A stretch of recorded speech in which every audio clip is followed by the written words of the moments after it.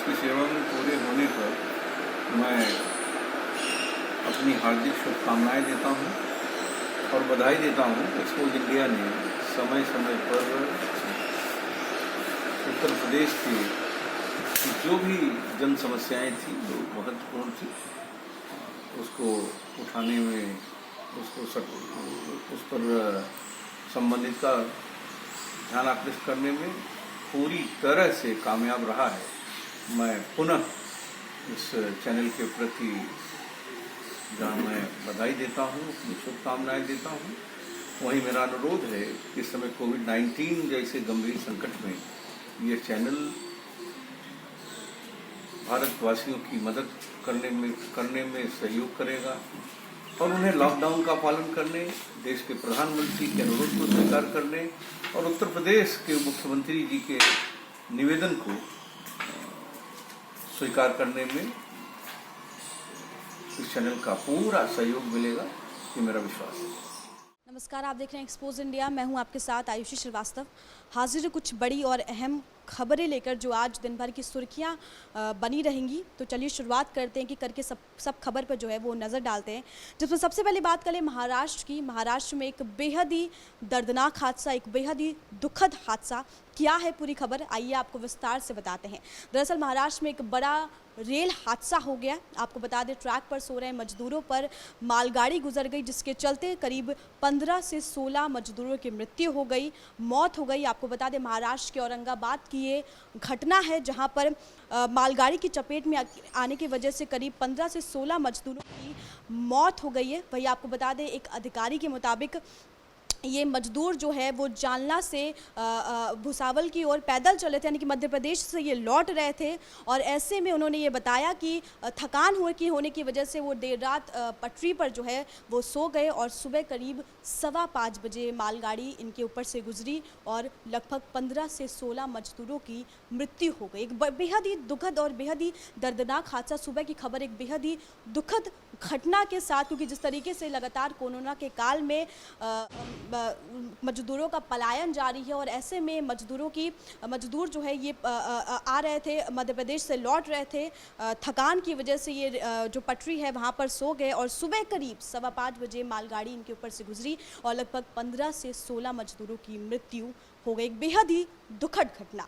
आइए अगली खबर आपको बताते हैं, वो भी महाराष्ट्र से है। महाराष्ट्र में जिस तरीके से संक्रमितों का आंकड़ा दिन प्रतिदिन लगातार बढ़ता जा रहा है, महाराष्ट्र एक सबसे प्रभावित राज्य बन चुका है। हालांकि पूरा देश बेहाल है कोरोना की वजह से, लेकिन महाराष्ट्र सबसे प्रभावित राज्य बन चुका है। आपको बता दें, पिछले 24 घंटे में मुंबई में 680 नए मामले सामने आए और हर एक घंटे में एक मौत की खबर जो है वो सामने आ रही है। और सिर्फ माया नगरी नहीं, सिर्फ मुंबई नहीं, पूरा महाराष्ट्र कोरोना की चपेट में है। वैसे तो पूरे देश का हाल इस वक्त बेहाल है कोरोना की वजह से, कोरोना की संख्या लगातार बढ़ती जा रही है, लेकिन इस वक्त अगर हॉटस्पॉट की बात करें, सबसे ज़्यादा प्रभावित राज्य बन चुका है महाराष्ट्र, जहां से सबसे ज़्यादा मामले जो है वो सामने आ रहे हैं।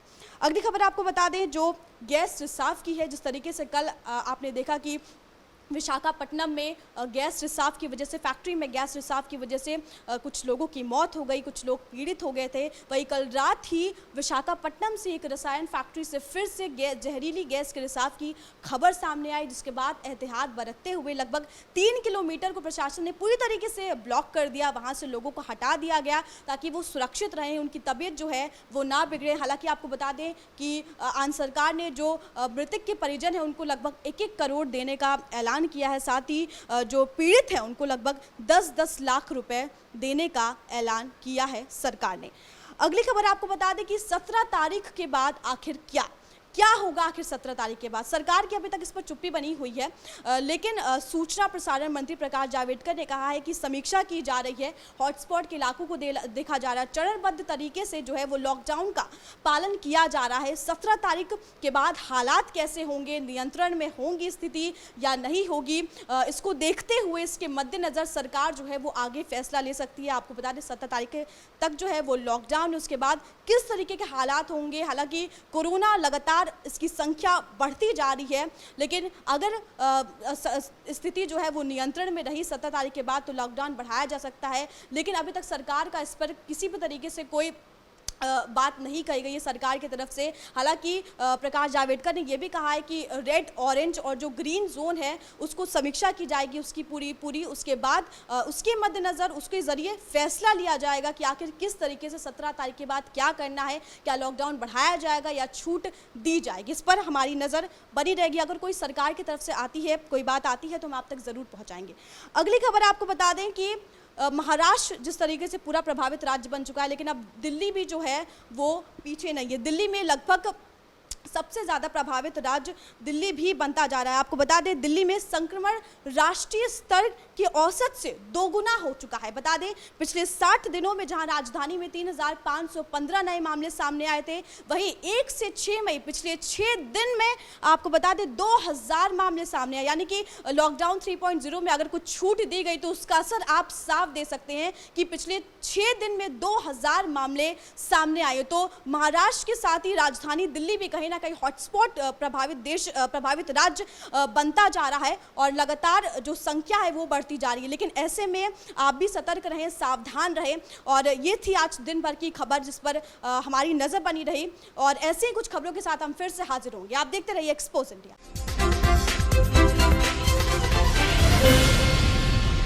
Hi guys, this is Neetu Chandra. You're watching me on Expose India. Keep watching.